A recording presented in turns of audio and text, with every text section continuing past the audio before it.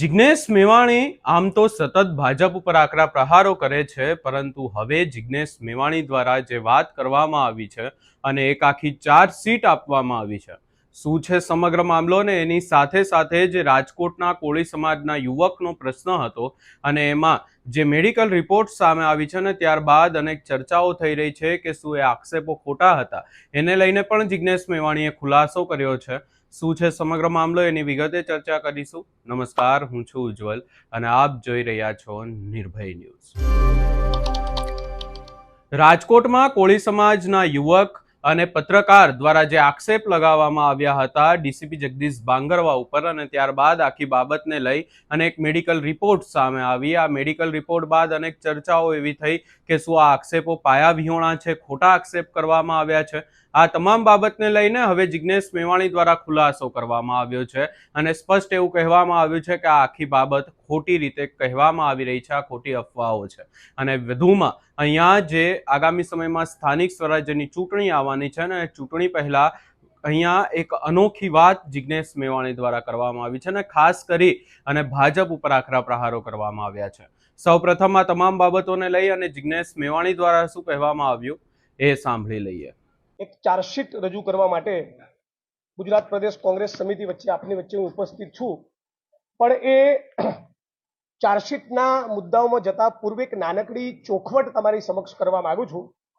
આપમાંથી ઘણા બધા મિત્રો જાણતા હશો કે હમણાં રાજકોટના ક્રાઇમ બ્રાન્ચના ડીસીપીની સામે અમારું એક આંદોલન ચાલી રહ્યું છે।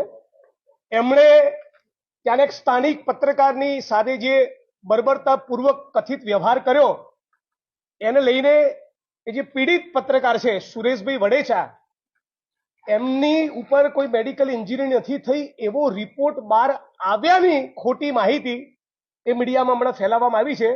તો પીડિતે હમણાં જ મને પોતાનો વિડીયો મોકલી આપીને એવી સ્પષ્ટતા કરી છે કે મારા ગુદામાર્ગમાં IPS DCP crime Rajkot Jagdish બાંગરવાએ જે પેટ્રોલ નાખવાની કોશિશ કરી એ મારા ગુદા માર્ગમાંથી કોઈ સેમ્પલ લેવામાં આવ્યું જ નથી, એટલે રિપોર્ટ નીલ આવે કે મારી વિરુદ્ધમાં જાય એનો પ્રશ્ન ઉપસ્થિત થતો નથી। આ એક ચોખવટ ગુજરાતની જનતા સમક્ષ કરી મૂળ આ ચાર્જશીટ વાળી વાત તમારી સમક્ષ રજૂ કરું છું। મિત્રો, હું અમદાવાદનો રહેવાસી અને આમ આંખ બંધ કરું અને વડોદરા આવું વિચારું તો બહુ વર્ષોથી જે પ્રમાણેની વડોદરાની ઉજળી શાખ અગાઉના વર્ષોમાં રહેલી છે, સયાજીરાવ ગાયકવાડનું વડોદરા અને ગાયકવાડ સરકારથી લઈને 1994-95 સુધી જ્યાં સુધી વડોદરા મ્યુનિસિપલ કોર્પોરેશનમાં કોંગ્રેસ પાર્ટીનું શાસન હતું, અહીંયાથી કોંગ્રેસ પક્ષના ધારાસભ્યો, સંસદ સભ્યો, કોર્પોરેટરો ચૂંટાતા એ સમયગાળા દરમિયાન એક છબી હતી વડોદરાની કે ઔદ્યોગિક નગરી, સાંસ્કૃતિક નગરી, કલા નગરી અને સંસ્કારી નગરી વડોદરા। આ છાપને બટ્ટો લગાડવાનું કામ રામના નકલી ભક્તો જે ભાજપના કેમ્પમાં બેઠા છે એ લોકોએ લગાડ્યું છે અને આજે સંસ્કારી નગરી, ઔદ્યોગિક નગરી, કલા નગરી વડોદરા એ સંસ્કારી અને કલા નગરી મટીને જાણે મગર નગરી, ભુવા નગરી અને મચ્છર નગરી બની ગઈ હોય એ પ્રમાણે ભારતીય જનતા પાર્ટીએ એ વડોદરાને બદનામ કરી નાખ્યું છે। હવે તો લોકો રમૂજમાં સોશિયલ મીડિયામાં મીમ બનાવીને એવું કહેતા થયા છે કે આ વડોદરાની ખાડોદરા છે। આ વડોદરાને ખાડામાં લઈ જવાનું કામ એ ભારતીય જનતા પાર્ટીની સરકાર અને આટલા વર્ષોથી જે લોકો વડોદરા મ્યુનિસિપલ કોર્પોરેશનમાં રહ્યા એ લોકોના પાપે થયું છે। વડોદરા ઘણી બધી બાબતમાં ફર્સ્ટ પહેલા ક્રમે છેક સયાજીરાવ ગાયકવાડના સમયથી ડામરનો રોડ બનાવવામાં વડોદરા પહેલું, ગ્રેવિટીથી પીવાનું પાણી પૂરું પાડવામાં વડોદરા પહેલું, પહેલેથી ડ્રેનેજ લાઈન એટલે કે ડ્રેનેજ લાઈન સૌથી પહેલી ભારતના જે શહેરમાં આવી એમાં વડોદરા પહેલો, પાઇપ ગેસનો પ્રોજેક્ટ 1974માં ઇન્દિરાજીની સરકાર વખતે એ પણ વડોદરામાં, એમાં પણ વડોદરા શહેર પહેલું, મિકેનિકલ કમ્પોસ્ટ પ્લાન્ટ એમાં પણ સોલિડ વેસ્ટ મેનેજમેન્ટ માટે એમાં પણ વડોદરા શહેર પહેલું। અને એક સમય હતો જ્યારે 4-5 લાખની એમાંથી આવક થતી, અત્યારે 100 કરોડના ખર્ચ બાદ પણ એમાં મેળ પડતો નથી. અને શહેરમાં પણ રાધણ ગેસની પાઇપલાઇન જન સુધી પહોંચાડવામાં પણ વડોદરા શહેર પહેલું હતું. આ વડોદરા અત્યારે ગાયબ જોવા મળે છે.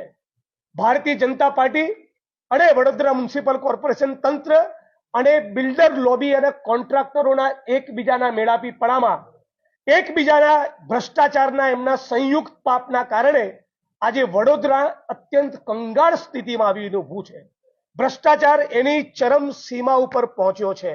એટલો પ્રચંડ ભ્રષ્ટાચાર કે એક પણ સિઝન હવે એવી જતી નથી કે જ્યારે વડોદરા શહેર ડૂબે નહીં. અત્યાર સુધીમાં આંકડો જોઈએ તો લગભગ 11 વખત આ વડોદરા શહેર પાણીમાં ડૂબ્યું છે. વડોદરા શહેર જળબંબાકાર ટોટલ 11 વખત થયું. એટલે કહેવાનું મન થાય કે અહીંના મ્યુનિસિપલ તંત્ર અને ભારતીય જનતા પાર્ટી જેના પાપે વડોદરા શહેર 11 વખત ડૂબ્યું, એમણે પોતે ઢાંકણીમાં પાણી લઈને ડૂબી મરવું જોઈએ. હવે તો વિશ્વામિત્રીમાંથી મગરો બહાર આવીને સવાલ પૂછતા થયા કે આ એ વડોદરા નથી જે અમારા વડવાઓ જોયું હતું. વિશ્વામિત્રીમાંથી બહાર આવીને મગરો એ પૂછતા થયા કે કોણ આ ઝોન ફેર કરી રહ્યું છે અને જેના કારણે આખા શહેરમાં દાટ મળ્યો છે. મિત્રો, હરણીકાંડની ઘટના આપણી બધાની સમક્ષ અત્યંત સંવેદનશીલ ઘટના. ફક્ત ને ફક્ત રૂપિયાની લાય, પૈસા કમાવાની વાસના મ્યુનિસિપલ તંત્ર અને ભાજપના નેતાઓની, અને એના કારણે જેને ફક્ત ફરસાણનો અનુભવ છે એવા માણસને તમે આખો કોન્ટ્રાક્ટ આપી દીધો. એ માણસ પર ડે 3 લાખ કમાય અને કોર્પોરેશનમાં જમા કરાવવાના આખા વર્ષમાં ફક્ત 3 લાખ, અને બધું જ રેકોર્ડ ઉપર. અને હરણીકાંડની ઘટના બની, બોટકાંડની ઘટના બની એ વખતે જે સેવસણ વાળો માણસ હતો એ બોટ ચલાવતો હતો.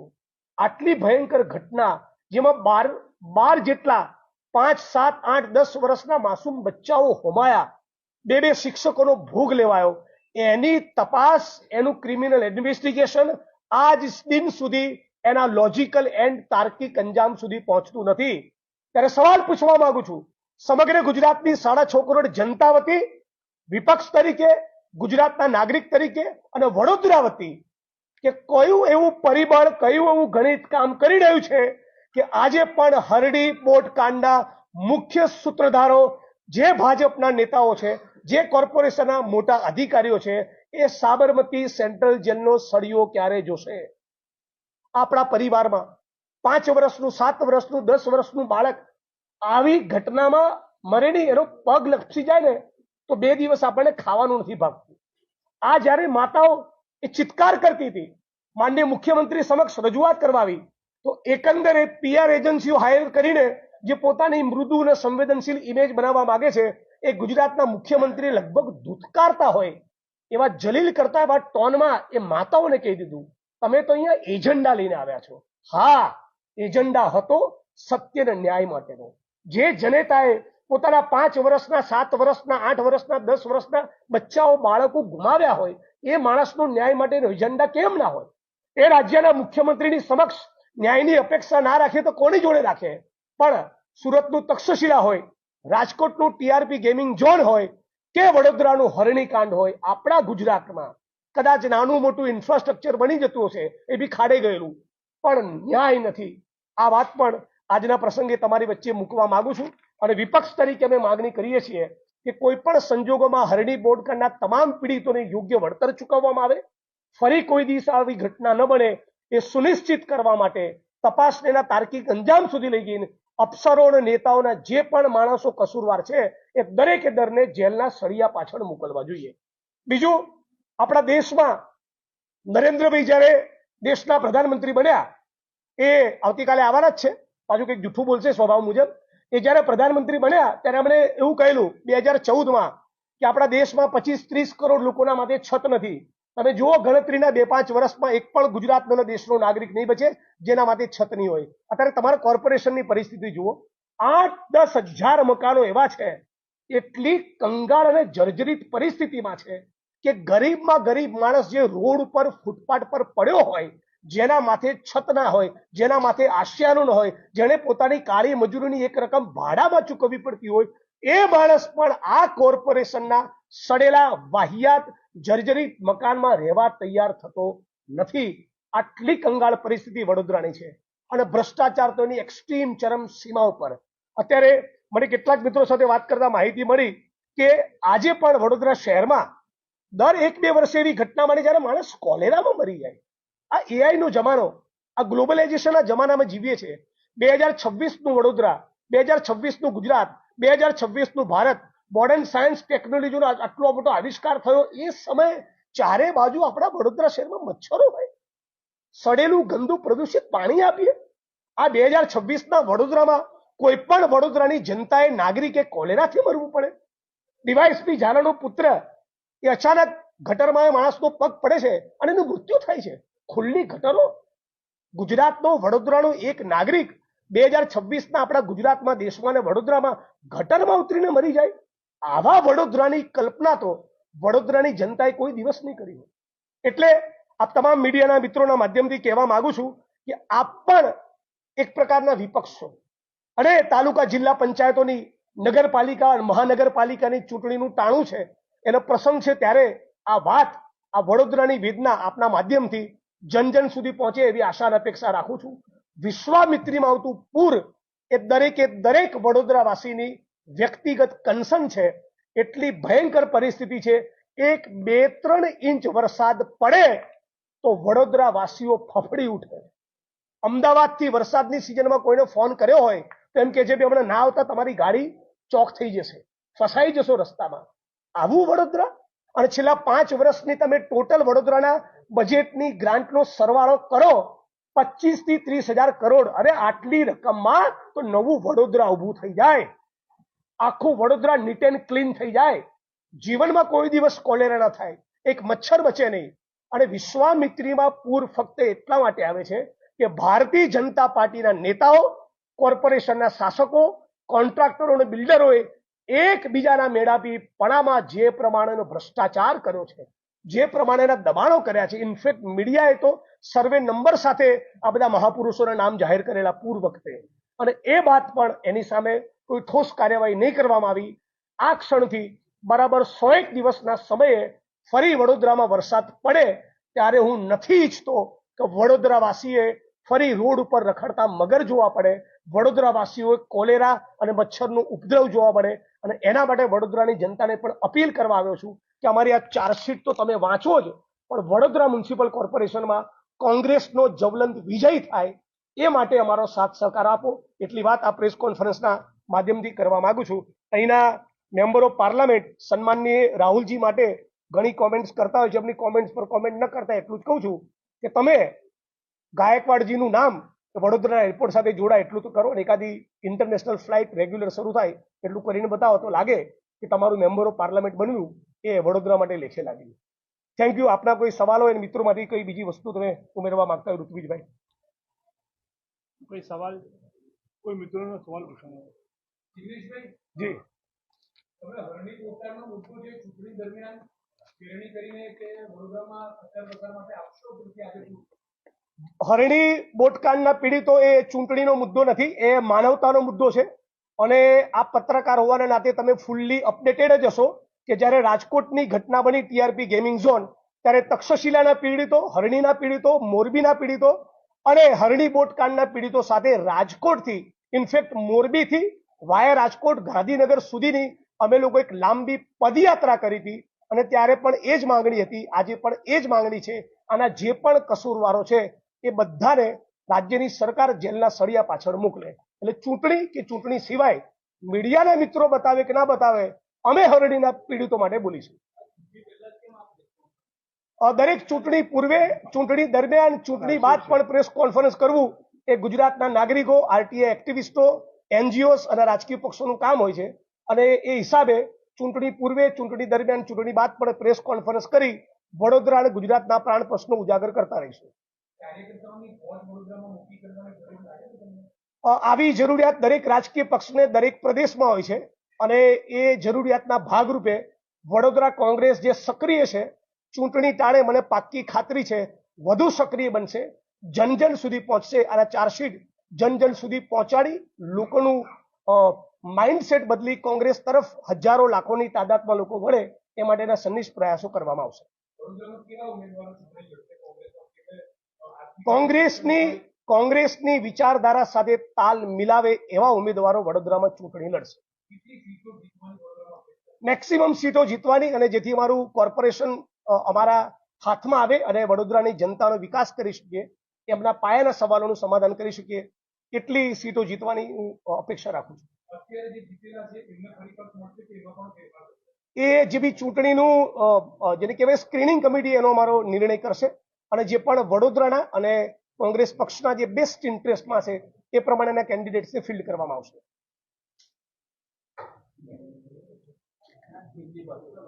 એક મિનિટ પહેલા પોસ્ટર છેલ્લે પેલી એક વાત જરા રહી ગઈ. માનનીય મુખ્યમંત્રીએ વિશ્વામિત્રી માટે પેલા 1200 કરોડની જાહેરાત કરી હતી, પછી એ રકમ આગળ 3300 કરોડના બજેટમાં ફેરવાઈ, અને મારી શુદ્ધ જાણકારી પ્રમાણે એમાં 83 કરોડથી વધારે એક નવો રૂપિયા આવ્યો નથી. મતલબ કે રાજ્યની ભાજપની સરકારનું સંપૂર્ણ આયોજન છે કે ફરી એકવાર વિશ્વામિત્રીમાં પૂર આવે, અને આવે તો એને પહોંચી વળવા માટેની કોઈ દાનત કે તૈયારી નથી.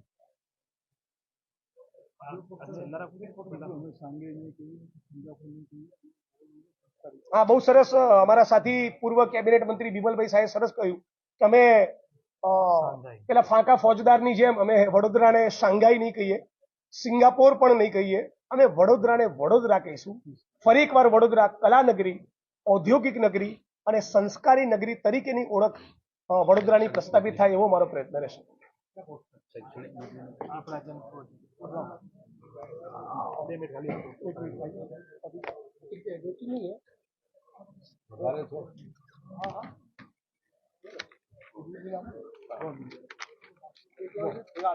બાકી બધા પેલી નાની ચોપડી લઈ લો હાથમાં.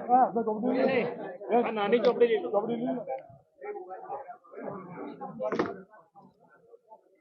બાકી બધા નાની ચોપડી હાથમાં રાખજો.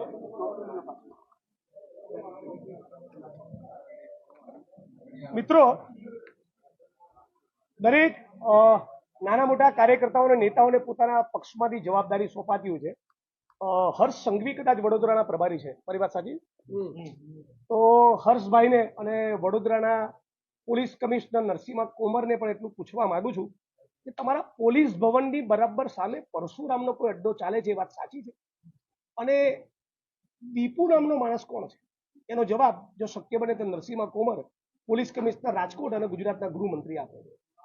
એ પણ આપે કે MS યુનિવર્સિટીના વર્ગખંડ અને હોસ્ટેલ સુધી એમડી ડ્રગ્સ અને ગાંજો પહોંચી ચૂક્યા છે? અને જો હા, તો વડોદરાના યુવાનોની ધમની અને શિરામાં કોણ ડ્રગ્સ ઘુસેડી રહ્યું છે? આનો જવાબ પણ પોલીસ કમિશનર અને ગૃહમંત્રી આપે. એટલે તમે વ્યવસ્થારો ઉપર પોલીસ શાખામાં વ્યવસ્થારો ઉપર સવાલ ઉભા કરી રહ્યા છો કે વ્યવસ્થા. મેં તો સાદો સવાલ પૂછ્યો, બહુ નાજુક કોમળ પ્યારો. કોમર સાહેબ જવાબ આપશે આ દીપુ કોણ છે.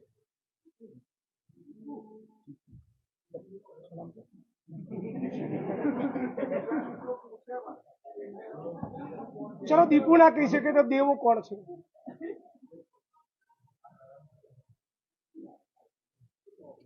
અહીંયા તમે જિજ્ઞેશ મેવાણીને પણ સાંભળ્યા, અને તેમના દ્વારા સ્પષ્ટ આક્ષેપો કરવામાં આવી રહ્યા છે, અને એવી વાત કરવામાં આવી છે કે જે પણ તમામ બાબતોને લઈ અને ચર્ચાઓ થઈ રહી છે ગુજરાતમાં, અને ખાસ કરી અને વડોદરાની પણ વાત કરવામાં આવી. આગામી સમયમાં સ્થાનિક સ્વરાજ્યની ચૂંટણીમાં કોંગ્રેસના શું પગલાં રહેશે એ પણ ચર્ચા કરવામાં આવી. આ સમગ્ર બાબતે તમારો શું અભિપ્રાય છે અમને કમેન્ટ કરી જરૂર જણાવશો, અને અમારી ચેનલ નિર્ભય ન્યૂઝને લાઇક, શેર, સબસ્ક્રાઇબ કરવાનું ભૂલશો નહીં.